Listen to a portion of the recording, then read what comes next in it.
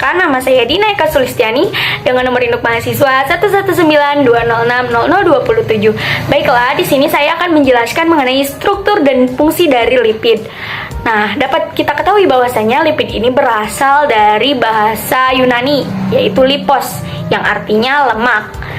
Dapat kita definisikan bahwasanya lemak merupakan senyawa organik yang terdapat di alam, serta sukar larut di dalam air, akan tetapi mudah larut di dalam pelarut organik yang nonpolar, contohnya hidrokarbon ataupun ether. Berdasarkan asalnya, lipid dibagi menjadi dua jenis, yaitu lipid nabati dan juga lipid hewani.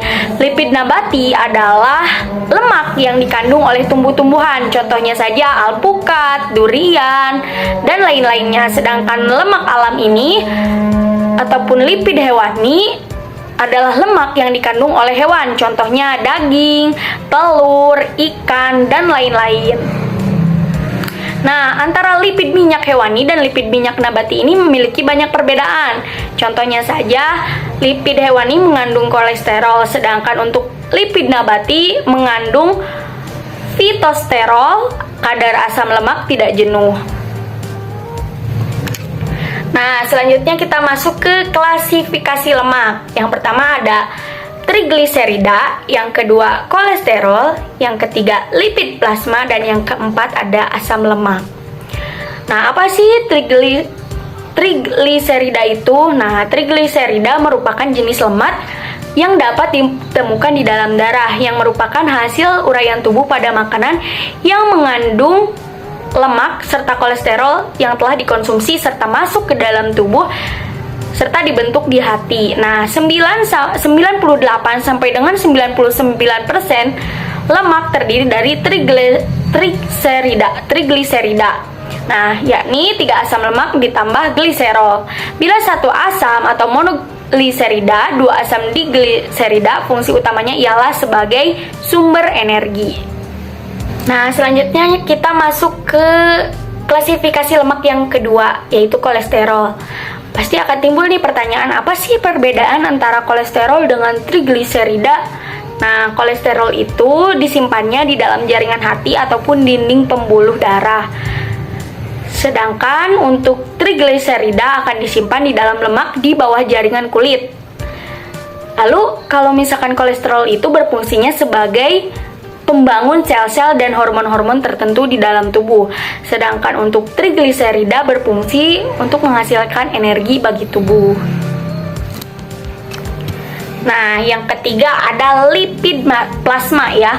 Agar larut di dalam peredaran darah, lemak itu harus diikat dalam protein yang larut dalam air. Adapun jenis-jenis lipoprotein ada kilomikron, ada VLDL atau very low density lipoprotein, ada IDL atau intermediate density lipoprotein, ada LDL atau low density lipoprotein, dan ada HDL atau high density lipoprotein. Nah, apa sih lipoprotein itu?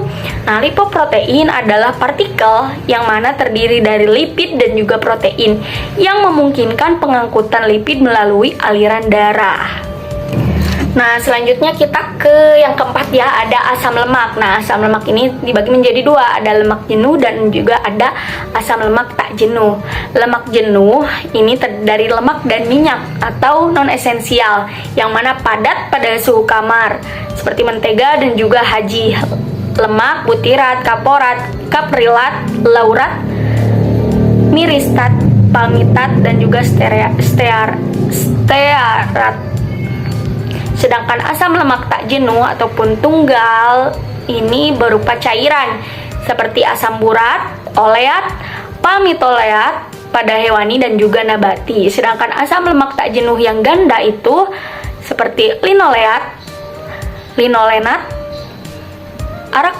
arakidonat, EPA, DHA, minyak dari nabati seperti minyak jagung dan juga minyak kedelai. Selanjutnya kita ke pencernaan dan juga penyerapan lemak. Nah, pencernaannya ini terjadi di usus halus yang dibantu dengan cairan empedu dan juga lipase menjadi asam lemak dan juga gliserol, serta diserap oleh mukosa usus halus 20-45%. Nah, perlu kita ketahui juga bahwasanya terdapat berbagai kesalahan dan juga kelainan yang terjadi karena proses metabolisme dari lemak. Nah, seorang yang obesitas ataupun kelebihan berat badan akibat penumpukan lemak pada tubuh ataupun penumpukan kolesterol, yang berarti si metabolisme dan juga ekskresi lemaknya ini berjalan lambat, ditambah pula dengan intake yang terlalu berlebihan. Nah, teman-teman, apa saja sih fungsi lemak? Nah, fungsi lemak ialah yang pertama sebagai sumber energi 9 kalori, lalu sebagai bahan baku hormon, sebagai insulasi perubahan suhu, ada sumber asam lemak esensial, linolenat, dan juga linoleat. Lalu sebagai pelarut vitamin A, D, E, K, dan juga membantu transportasi dan juga absorpsi, membantu sekresi asam lambung dan pengosongan lambung. Kulit menjadi kering dan juga berisi, melindungi organ jantung seperti hati, ginjal dari benturan. Lalu, rasa gurih memberikan kualitas renyah pada makanan yang digoreng, memberi kandungan kalori yang tinggi, dan juga memberikan sifat empuk pada kue yang dibakar. Teman-teman, demikian penjelasan yang dapat saya paparkan mengenai struktur dan fungsi dari lipid. Semoga dapat senantiasa bermanfaat. Yang terakhir, wassalamualaikum warahmatullahi wabarakatuh. Terima kasih. Bye.